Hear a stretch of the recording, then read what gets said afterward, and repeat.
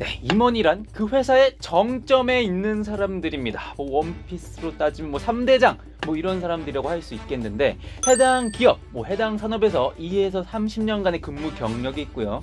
숱한 세월 동안 직무 전문성은 물론이고 인간관계 스킬, 정치력까지 만렙을 찍은 사람들입니다. 그리고 우리는 이들에게 좋은 평가를 받아야 신입사원이 될 수 있는데요.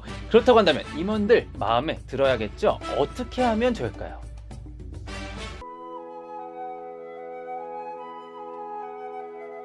먼저 여러분들, 임원 면접이 두려운 이유를 말씀드리고자 합니다. 3가지입니다. 먼저 첫 번째, 임원 면접이 곧 최종 면접이라는 것입니다. 간절함이 배가 되는 시점인데요. 나의 대답 하나하나가 당락에 영향을 미치지 않을까 굉장히 조마조마하기 때문에 임원 면접이 두려울 수밖에 없습니다. 두 번째로, 나이 지긋한 낯선 어르신들이 날 평가한다는 그런 압박감만으로 두렵습니다.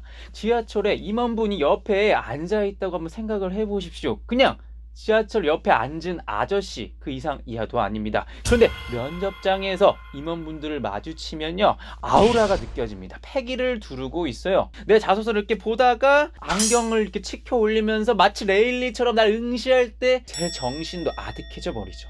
마지막으로, 임원 면접은요, 질문을 거의 못 받을 수도 있고 진짜 저세상 질문을 할 수도 있기 때문에 두려울 수밖에 없습니다. 우리가 흔히 직무 면접, 실무지 면접이라고 불리우는 1차 면접들 같은 경우에는 예상되는 루트가 있습니다. 먼저 자기소개를 하라고 하고요. 왜 이 회사에 지원했는지, Y 회사, Y 직무 대충 예상이 가능하고 답변을 준비해 갈 수 있습니다. 하지만 임원 면접은 정말 듣도 보도 못한 질문이 나오거나 종잡을 수가 없어요. 아까 처음에 말씀드렸던 질문이 아예 없는 경우, 나에게 질문이 집중되지 않는 경우가 있을 수 있습니다. 이 같은 경우에는요, 이전 전형들에서 이미 합불이 결정된 상황에서 어느 정도 합격자로 분류된 경우에 검증이 더 이상 필요 없다, 질문이 없을 수 있고요. 초반에 질문 한두 개를 해봤는데 얘는 배제시켜도 되겠다, 우리 합격자 풀에 없어도 되겠다 해서 질문이 아예 없을 수도 있는 겁니다. 네, 무튼 간에 여러 상황에서 질문이 없어서 임원 면접이 두려울 수 있고요. 그리고 정말 듣도 보도 못한 저해상 질문을 해서 임원 면접이 어려울 수 있습니다. 제가 바로 산 증인이거든요. 제가 SK그룹 계열사의 최종 면접, 임원 면접에 갔습니다. 사장님이 나오셨거든요. 사장 면접이었어요. 이런 두 질문을 하셨습니다. 세상을 변화시켜 세상에 기여하는 인재, 세상에 잘 적응해 세상에 기여하는 인재, 당신은 둘 중에 어떤 인재인가요? 그걸 한국말로 대답한 다음에 영어로 바로 번역해서 이야기해보라 라고 하셨고요. 선착순에 가점이 있다고 하셨습니다. 정말 신박하고 난이도가 높습니다. 두 번째 질문은요, 회사가 성장함에 있어서 1%의 천재가 중요할까, 99%의 톱니바퀴가 중요할까? 대답을 하고 본인은 어떤 인재인지 설명해봐라. 네, 이런 질문이었는데요. 본인의 가치관을 물어보는 질문이겠죠. 지금 돌이켜보면 질문의 의도가 유사해 보이고 내가 지원한 직무, 회사의 인재상과 잘 맞춰서 대답하면 술술 잘 대답할 수 있겠거니 라고 생각을 할 수 있는데, 근데 사실 현장에선 이런 사고 회로가 잘 돌아가지 않거든요. 그리고 본인만의 답을 하면 되는데 괜히 사장님은 어떤 유형의 사람을 좋아할까, 내가 알 수도 없는 그 문제에 대해서 고민하게 되고 점차 미궁에 빠지게 되는 겁니다.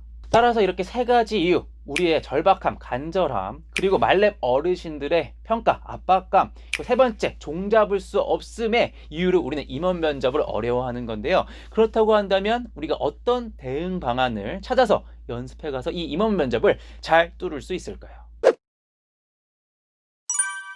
제가 말씀드린 3가지 두려움의 이유 중에 극복하기 힘든 게 있습니다. 네, 맞습니다. 간절함이에요, 간절함. 이건 취준생들이 최종 합격에 이르기까지 해소되기 힘든 영역이라고 생각을 합니다. 아무리 자소서 단계에서 난사를 해도요, 최종 면접에 이르면 카드가 별로 남아있질 않아요. 보험으로서도 간절해지고요. 정말 가고 싶은 기업의 임원 면접이라면 더 절박해질 수밖에 없는 거죠.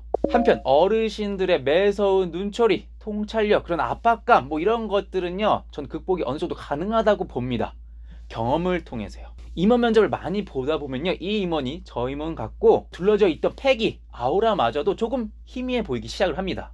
면접이라는 게 사실 제로섬 게임입니다. 네, 채용 규모는 정해져 있고요. 제가 떨어지면 내가 붙고 내가 떨어지면 제가 붙는 그런 시스템입니다. 취업에 있어서 제일 중요한 것은 본인 자신이죠. 정말 가고 싶은 기업의 최종 면접에서 한 방을 위해서 여러분들은 경험을 쌓으실 필요가 있는 겁니다. 따라서 여러 번 임원 면접을 봄으로써 어느 정도 임원 면접에 대한 두려움을 극복할 수 있다, 이렇게 말씀드릴 수 있겠고요. 그리고 이제 마지막, 종잡을 수 없는 면접이다. 면접 질문이 너무 예측 불가다. 저는 이 두려움 같은 경우, 이 어려움 같은 경우에는요, 직무 특성, 직무 본질에 좀 더 집중할 필요가 있다. 일단 이렇게 말씀드리도록 하겠습니다.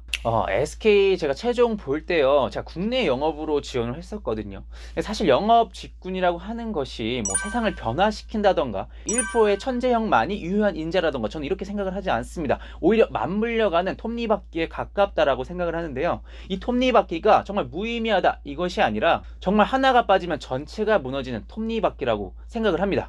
나의 영업 매출이 모여 팀의 매출을 이루고 그 팀들의 매출이 모여 회사의 이익 극대화 진작에 도움을 주는 것이겠죠.